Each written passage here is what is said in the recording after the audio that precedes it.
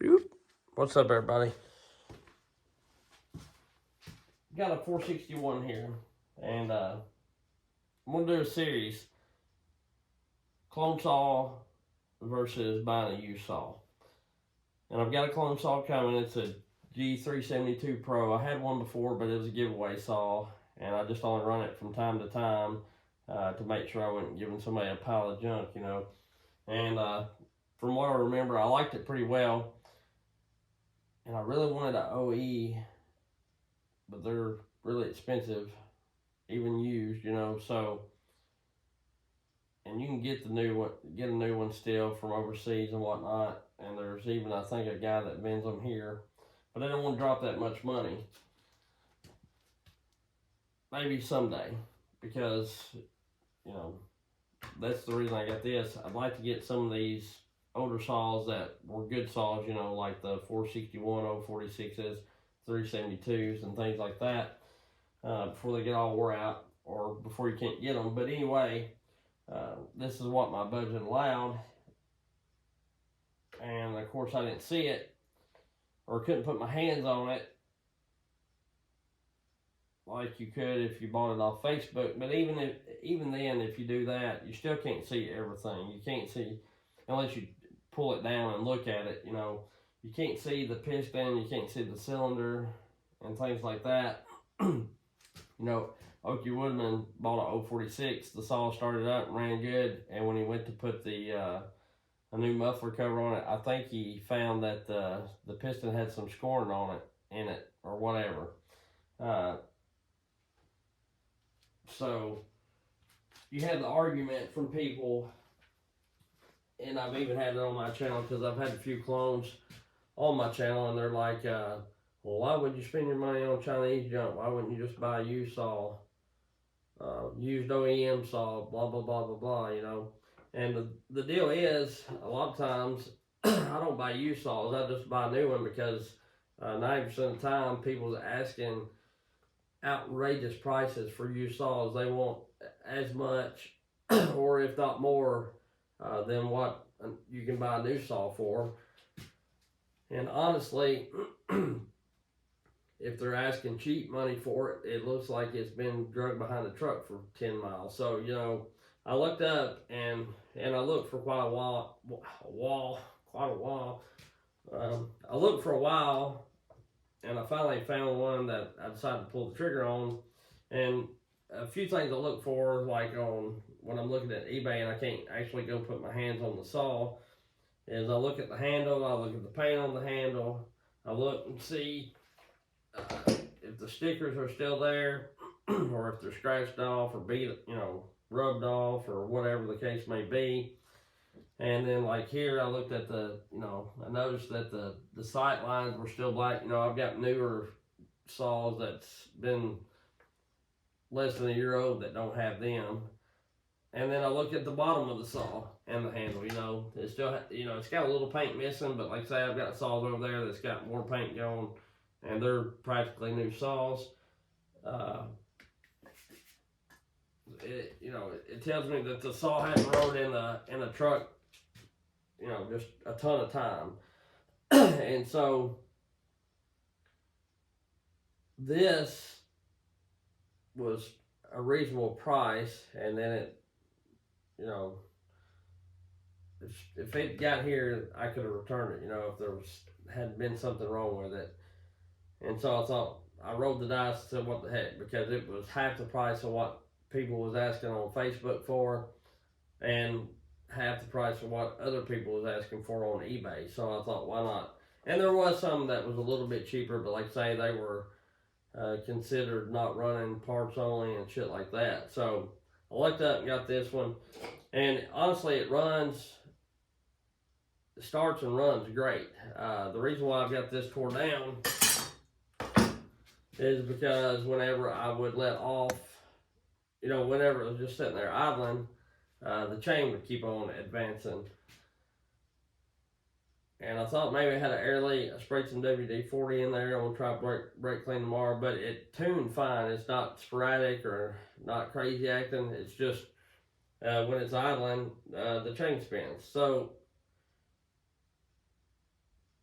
I cleaned it up, and I thought, well, I'll look and just see if the clutch is wore out. You know, I wouldn't imagine. So when I opened it up, and you know, at first and put the bar on it, I noticed this was all had been pretty hot, and then like this somehow was cut in two, and then the chain catcher was bent, bowed back, like, so it had a pretty hard life somehow or another.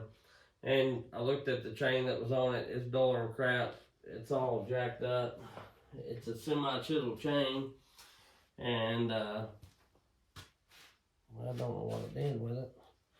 But anyway, it's rough. It was rough looking. You can tell it was dull, and the bar, of course, looks like it's been run dull a bit.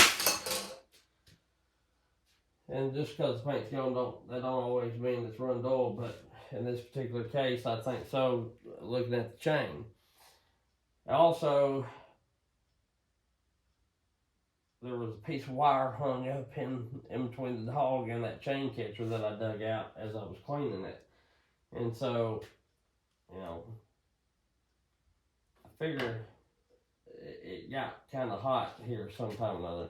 So I pulled it down and started messing with the clutch a little bit and got to looking, and I could see that it was gapped open even with the spring on there. And like on my clone saw clutch that's laying right there in front of it, it's tight, which I was going to put it on there and try it, but the problem is the spring's so tight on these.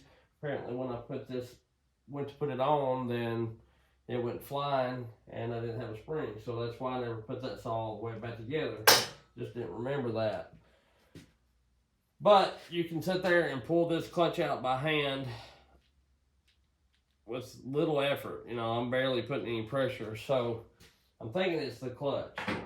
Because you look at the rim sprocket, and I don't know if this is the rim sprocket that come on the saw. This is a 2016 model, but it is a still OEM rim sprocket, and if it is, and by the looks of the saw everywhere else, it's not been run a ton. I figured, saw came from Florida, so I figure it's a farmer. I don't guess there's any firewood cutting down there much. I may be wrong. But I don't, with the fence, I'm thinking it may be a farmer just clearing out fence rows and things like that, because to me, if it was a tree service saw, it would look a whole lot worse than it does unless they use this for a big saw and only brought it out on big trees. Now, I don't know the life of the saw. I'm just assuming, you know.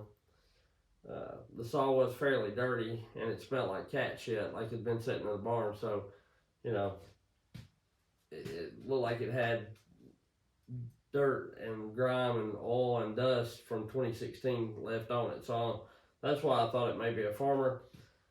And like I say, the plastics all look pretty good and everything, but this guy, whoever had this saw, I feel like he run saws like I used to. Just beat the hell out of them, and when they quit, go get them fixed or go get a new one. But now that I do it as kind of a hobby, I try to take a little better care of them. That and saws are outrageously high now. But anyway, I got this, and I've got a clone saw coming. And, you know, even with it being a clone, you know, a new clone saw, it's still a little cheaper than what this saw was. And you get a lot of people griping, why don't you, you know, do that? Why don't you buy OEM used? And the deal is, just like this 41 here I got, this saw started and ran fairly decent. It was a little finicky to tune, so I pulled it down. I was going to clean it up and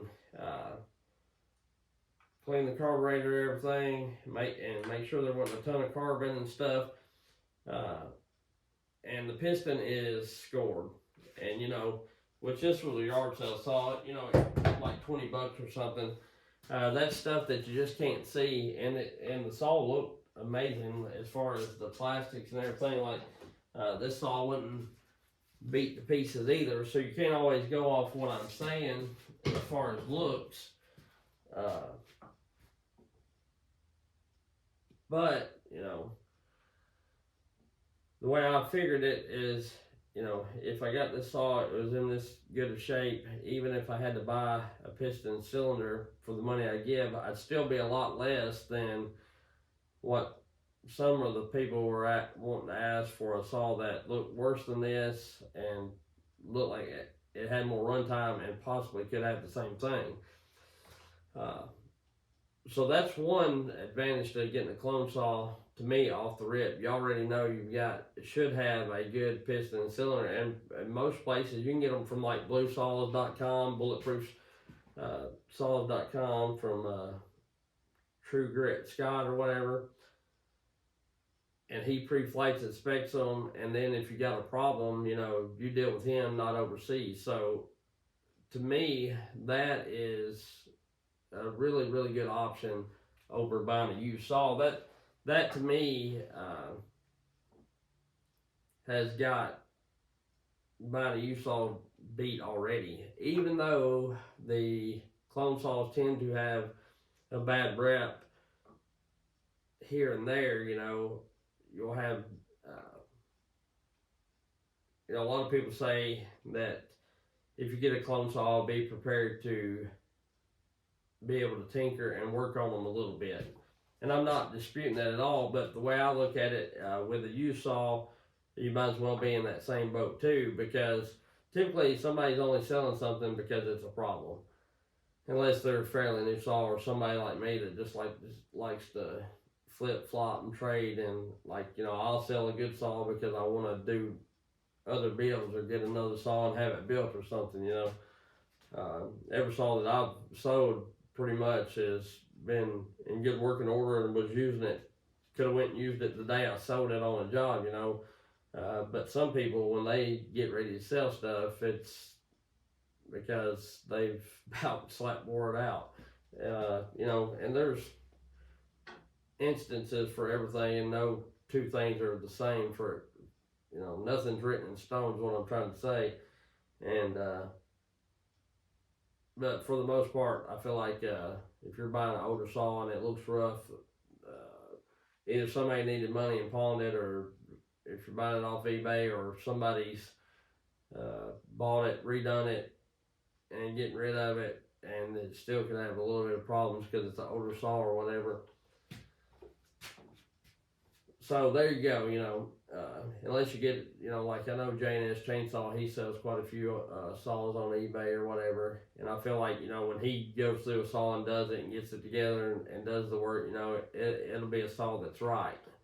But not everybody's like that. I've bought some saws off of eBay, and they supposed to look pretty good, and then they look pretty rough. They'll be a hack job. Somebody's half-ass painted them to look good in pictures. Pictures hide a lot. So, and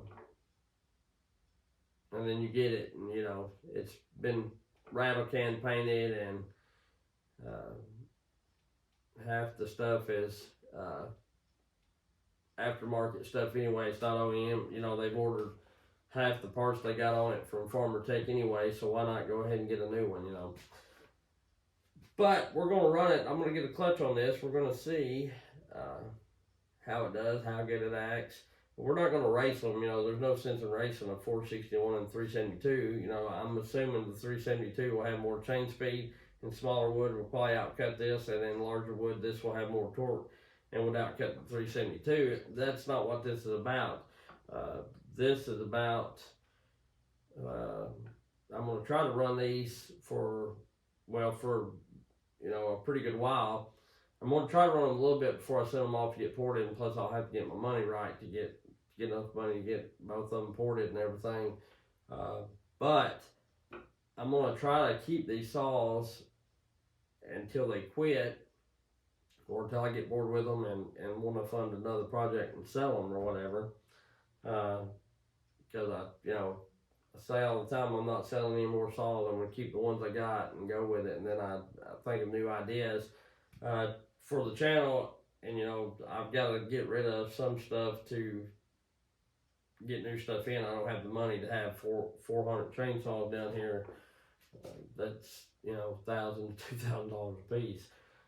Wish I did, but I don't. So anyway, you know, that's what that's going to be about. We're going to run. We're going to see right off the rip if I have any problems with that G372. And I didn't order it from Bulletproof or BlueSolid.com. I wished I had it after studying it. But I looked there and I think they were out of stock or sold out or whatever. But I really like the fact that he goes through and, you know, you can get that pre-flight inspection. And I just like the fact that dealing with somebody in country if you have a problem. So anyway, you know, that's what we're going to do. I appreciate y'all watching, and we'll see how it goes. You know, it may be a deal this gives out first. It may be a deal that 372 gives out first. And, you know, problem-wise, I want to see how much, you know, already I'm in because that clutch cover was on there, and I couldn't see. I'm going to have to get a chain catch for it, and I'll probably get double dogs for it. But, you know, if I wanted to leave it just like it was, I had to get a chain catch for it. I already had to get the chain guide for the saw side. And I'm going to have to get a clutch. Probably needs a clutch and the drum and everything. You know, the whole works right there. And so I did put an Egan on it. And the piston and cylinder look really good. I don't know if I already said that because I made this video like 800 times. And I think it's something different every time. But it still had the crosshatch marks on the piston, and most of them in the cylinder. There was two little spots. I don't think it's aluminum transfer, but I think it's just where it's getting a little, it might have got a little ingestion because the filter was pretty clogged with fines, or it may be just the saw breaking in, you know, a little bit. But there was two little spots smaller than the size of a dime. They were probably the size of the clutch bearing there under the transfers, or maybe even smaller than that looked like it was a little slicker than the other spots. But I think it'll be all right. I mean, this saw still has tons of compression. And I did have to rob this off the 460 because this one was melted plumb or war plumbing too melted, whatever it was. So, like I say, whatever happened, this got really hot. But nonetheless, it don't hurt the saw, I don't reckon. Still got I just only made a few cuts with that, and it's already got quite a bit in it. But it don't hurt the saw.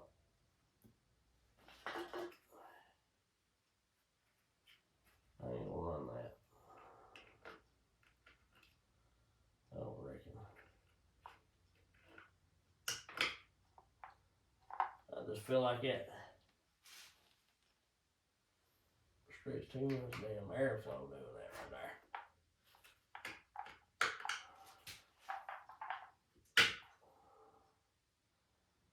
I just feel like it does. So we're gonna run it like this. We're gonna run it the hot rod way. I'm in the hot rod mood.